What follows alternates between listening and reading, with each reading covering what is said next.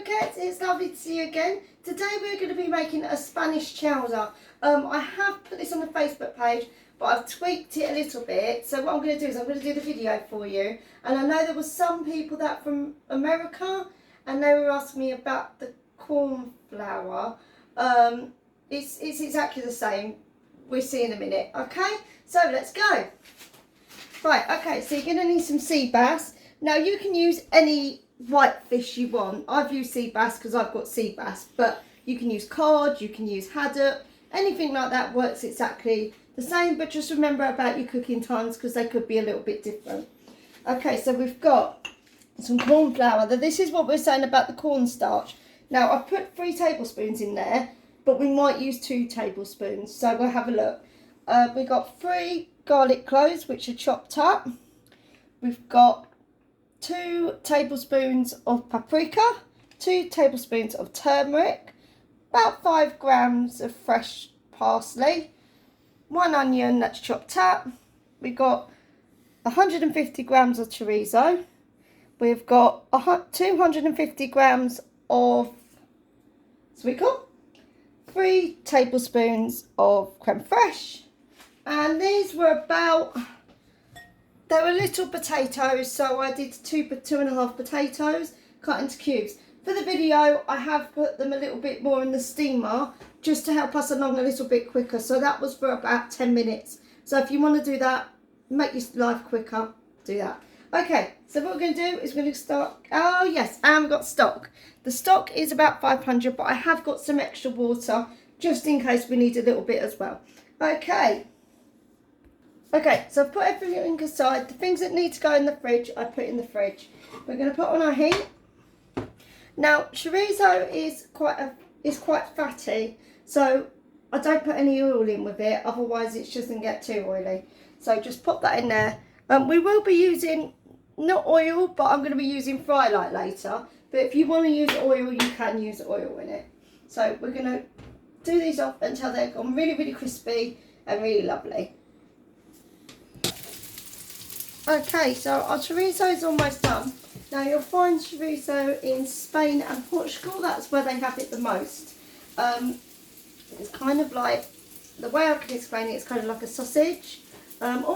Almost like a salami, but not. It's a bit more spicier. It's a bit more hotter than what like say Italy would have.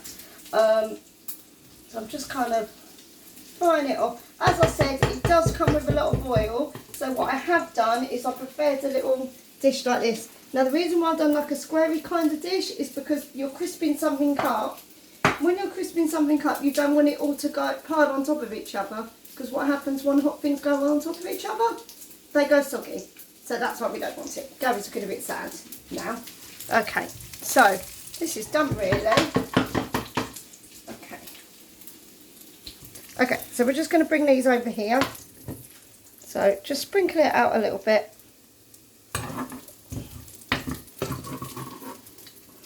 Like I said, try and make sure it's a little bit spread out. You can't help if some things go on top of each other, but if you can kind of stop it, then it is good. So there we go. Try and break it off. There we go. Okay, so that's your chorizo done. So now we're going to carry on with the rest of it. So the chorizo was done on a high heat. We're going to put this on kind of like a medium heat. We don't want it going too quick.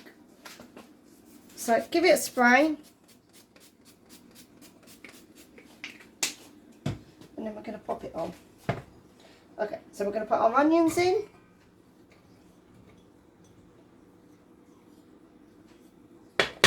And our garlic in to start with.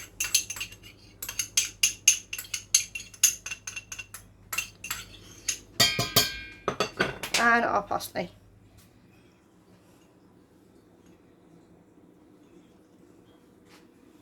Okay, and to start with, I always put just a tiniest bit of water in.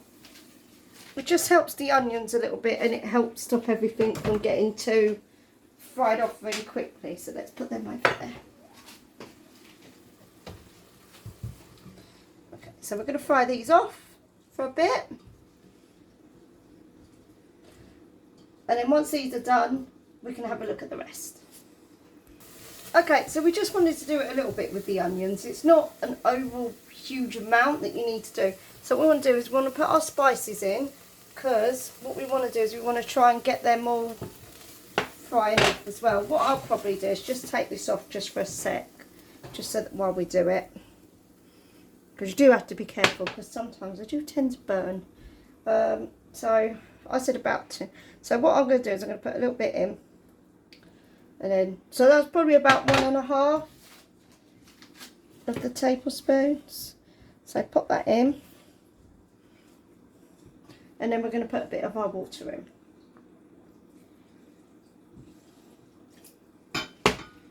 So give it a mix.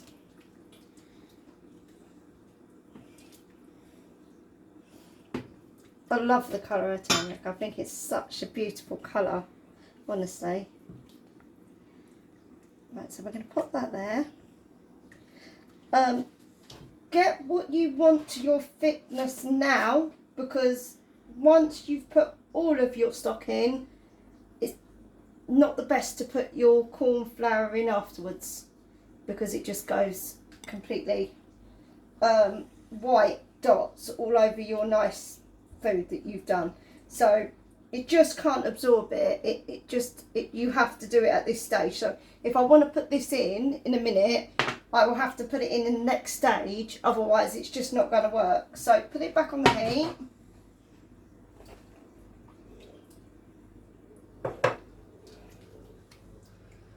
And then what we want to do is we want to let it thicken a little bit before we put anything else in. So you can see where it's coming together. It's starting to thicken a little bit. So we add a little bit more in. Thing is with chowder, it is a thickish kind of soup, so you don't really want it too thin. So you want it more on the thicker consistency. Well, that's how I've had it anyway, but it might not be the right way, but that's the way I've been taught. So I might just put just the tiniest extra bit in. Can you see how now I've put it in already and all them white bits are starting to not break up? That's what kind of happens, but it will sort itself out at this stage. But anything after this stage, it's not going to sort itself out.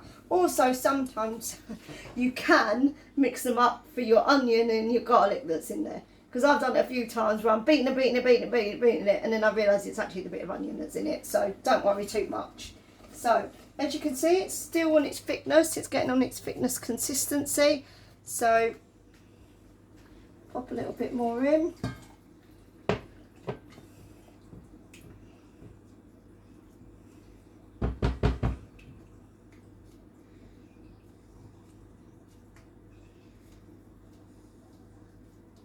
Okay, and we are going to need some more water. So it's nothing to be ashamed about. We just need a little bit more water. So just put a little bit more in. I think on the recipe that I put on Facebook, I did put that I put about 600 in. So that was only 500, so it's all right.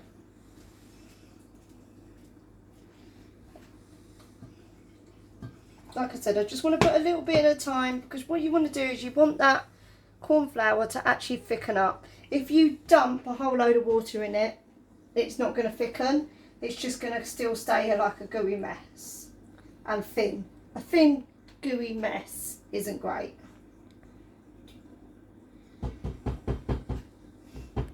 Okay, so I've got my little whisk out, so I'm just whisking it. Okay, so pour the rest in now.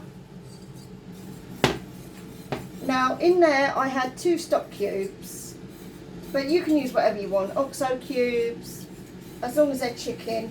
If you're vegetarian, obviously use a vegetarian option. I mean, if you don't like chorizo, you can change it and maybe put bacon in it. It won't give the same flavour, but you have got the paprika in there, so that will help as well. So we're going to put in our sweet corn. Now the sweet corn, I've kept the juice as well, because I found it gave quite a nice flavour. And then we're going to put our potatoes in as well. Potatoes in. Okay, so I've got my air fryer on to preheat just for the moment. So I've put that on at 180 and it's just my warm-up stage. Whatever setting you've got on yours, you can put that on there. If you have not got an air fryer, then you can pan fry your sea bass, or you can put it in the oven. Obviously different ovens have different temperatures. If you're doing it in the pan, just make sure it's a non-stick pan and it's not going to actually stick to your pan, because that is going to be the worst thing that happens. Okay, so that's going to do for a little while, so we're just going to pop that in there, and then what we're going to do is we're going to put a lid on it. So I'll put a lid on it and we'll leave that just for a little while, just to marinate in everything. So I'm going to bring our sea bass over here, and I'm going to season it with some pepper,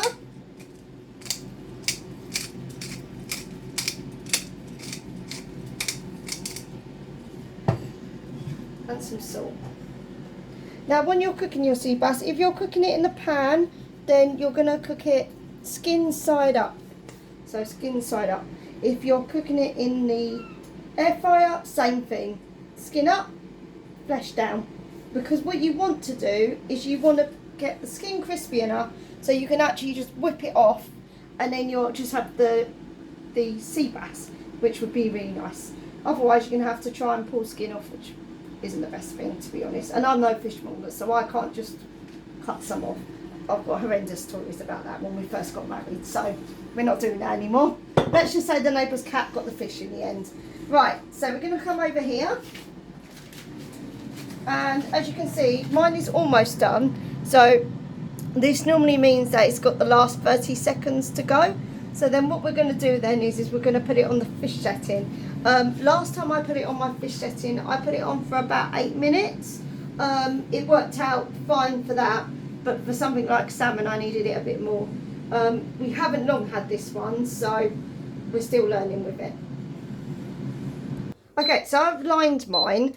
A lot of people say don't line it, but I line mine. I find it a lot easier and it makes it a lot cleaner. So like I said, put your sea bass in so that it's skin up.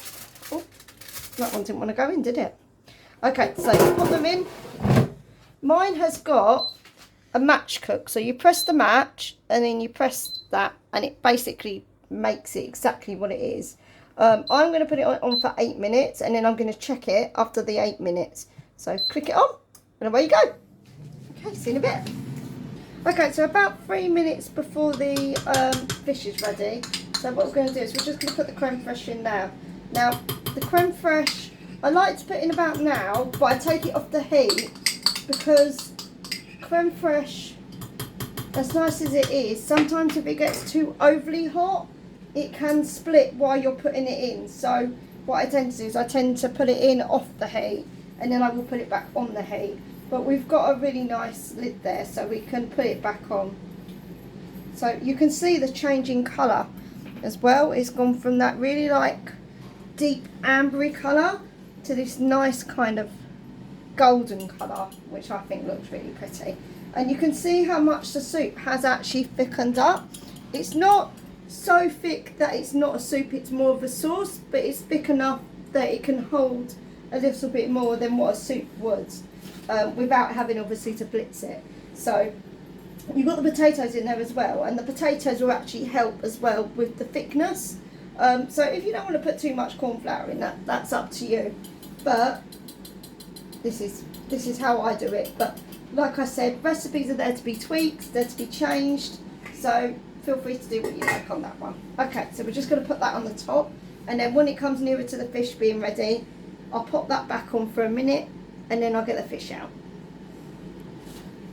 Okay, so it's just gone off, so I'm going to get them out, and you can see how the skin's completely changed on it. So it will get a little bit stuck, so don't worry if it does.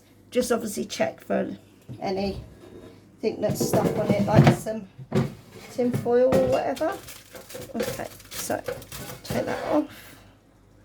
Right, I'm going to give that just a minute, because sea bass skin, or any kind of fish skin, is really, really hot. So you need to be careful. But let's bring them over here. Okay, so I've got my chorizo here as well. So that's all done. Right, let's see if my asbestos hands can get it off. Don't worry if it breaks, it's not a big problem. You're going to flake it up anyway in a minute, so.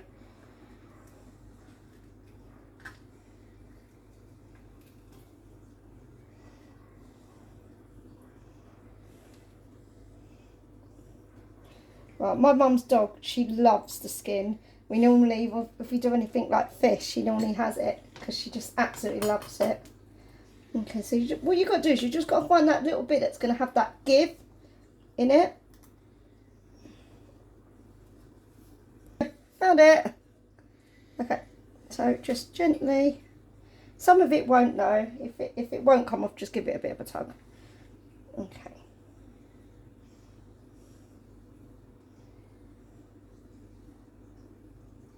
I mean, obviously, if you haven't got asbestos fingers like me, get a knife and a fork and just literally slide it under, and that will do it. Right, there we go. There's that. Okay, so I'm just going to go and put this back on the heat just for a little bit, just to get it warmed up. And then what we want to do is we want to take off anything that's just got a little bit stuck to the skin, just so that that person's got theirs. So put that like that. Now obviously if you haven't got a dog, you can eat these if you want. I'm not particularly fond of crispy skin, but you can eat it. Okay, so it's kind of ready. So what we're going to do is make sure it's piping hot. Then I'm going to spoon a little bit on one. You can put these in like little bowls if you want to as well. We've just got really big bowls, so, and if I put them in the soup bowls that we've got, you won't be able to see what it's like, so I prefer to have them like this. This could easily feed 3 people if you wanted it to. Okay, so just put a little bit more in that one. Okay, so I'm going to take this off the heat and turn it off. Okay, so what we want to do now is we want to gently break up the fish. So gently just break up the fish.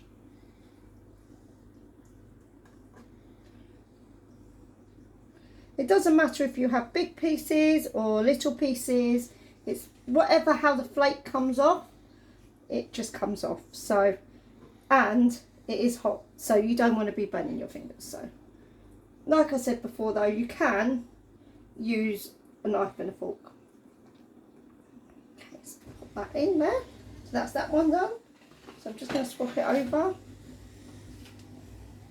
So there. A little bit of skin on that one. Can you see, like, sometimes you see that little bit of hard skin? You don't really want that because that's not particularly very nice once you've got it all off. But so put it all over.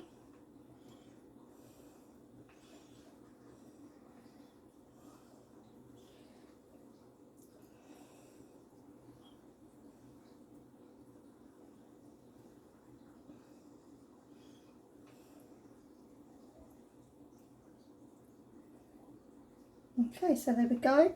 And then we're going to put our chorizo on. So just scatter it. Like that.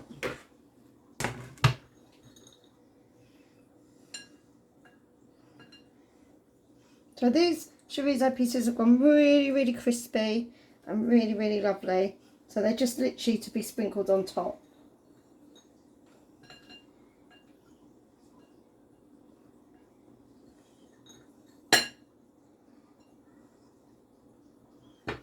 Okay, there we go. Piece of cheeky fish there, that's just... Okay. And there is your Spanish chorizo. Well, thank you very much everybody for watching. We really do appreciate it. So please like, please share, and we'll see you in the next video. Bye for now.